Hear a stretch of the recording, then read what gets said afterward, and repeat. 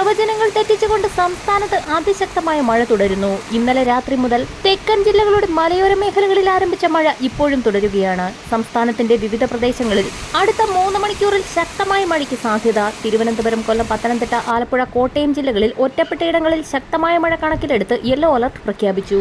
ചുഴലിക്കാറ്റിന്റെ പ്രഭാവത്തിൽ സംസ്ഥാനത്തിന്റെ വിവിധ ജില്ലകളിൽ അതിതീവ്ര മഴയ്ക്കും കാറ്റിനും സാധ്യതയുള്ളതിനാൽ മലയോര ജില്ലകളിൽ ഉരുൾപൊട്ടലിന് സാധ്യതയുള്ളതായി അറിയിക്കുന്നു. പെരിയാർ, മൂവാറ്റുപുഴ, കാളിയാർ, കോതമംഗലം, തൊടുപുഴ, കരുവന്നൂർ, ഗായത്രി, കീച്ചേരി, ചാലക്കുടി എന്നീ നദികളിൽ കേന്ദ്ര ജല കമ്മീഷൻ പ്രളയ സാധ്യതാ മുന്നറിയിപ്പായ റെഡ് അലർട്ട് പ്രഖ്യാപിച്ചിരിക്കുന്നു. അച്ചൻകോവിൽ, മണിമല, മീനച്ചിൽ, ഭാരതപ്പുഴ, കണ്ണാടിപ്പുഴ എന്നീ നദികളിൽ കേന്ദ്ര ജല കമ്മീഷൻ പ്രളയ സാധ്യതാ മുന്നറിയിപ്പായ ഓറഞ്ച് അലർട്ടും പ്രഖ്യാപിച്ചു. യാതൊരു കാരണവശാലും നദികളിൽ ഇറങ്ങാനോ നദി മുറിച്ച് കടക്കാനോ പാടില്ല.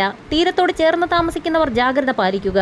അധികൃതരുടെ നിർദ്ദേശാനുസരണം പ്രളയ സാധ്യതയുള്ള ഇടങ്ങളിൽ നിന്നും മാറി താമസിക്കാൻ തയ്യാറാവണം. അതിനാൽ പൊതുജനങ്ങൾ ജാഗ്രത പാലിക്കുക. മലയോര പ്രദേശങ്ങളിലുള്ളവർ അനാവശ്യ യാത്രകൾ ഒഴിവാക്കുക. ഒറ്റപ്പെട്ട സ്ഥലങ്ങളിൽ നിന്ന് സുരക്ഷിത കേന്ദ്രങ്ങളിലേക്ക് മാറുക. ദുരന്ത നിവാരണ അതോറിറ്റിയുടെ നിർദ്ദേശങ്ങൾ കർശനമായി പാലിക്കുക. ചുഴലിക്കാറ്റുമായി ബന്ധപ്പെട്ട് അതിതീവ്ര മഴ കാരണം നദികളിൽ അപകടകരമാംവിധം ജലനിരപ്പ് ഉയരുന്നു. ന്യൂനമർദ്ദത്തിന്റെ സ്വാധീന ഫലമായി സംസ്ഥാനത്ത് വരും ദിവസങ്ങളിലും ഇടിമിന്നലോടുകൂടിയ ശക്തമായ മഴയ്ക്കും ഒറ്റപ്പെട്ട പ്രദേശങ്ങളിൽ നേരിയ മഴയ്ക്കും സാധ്യത.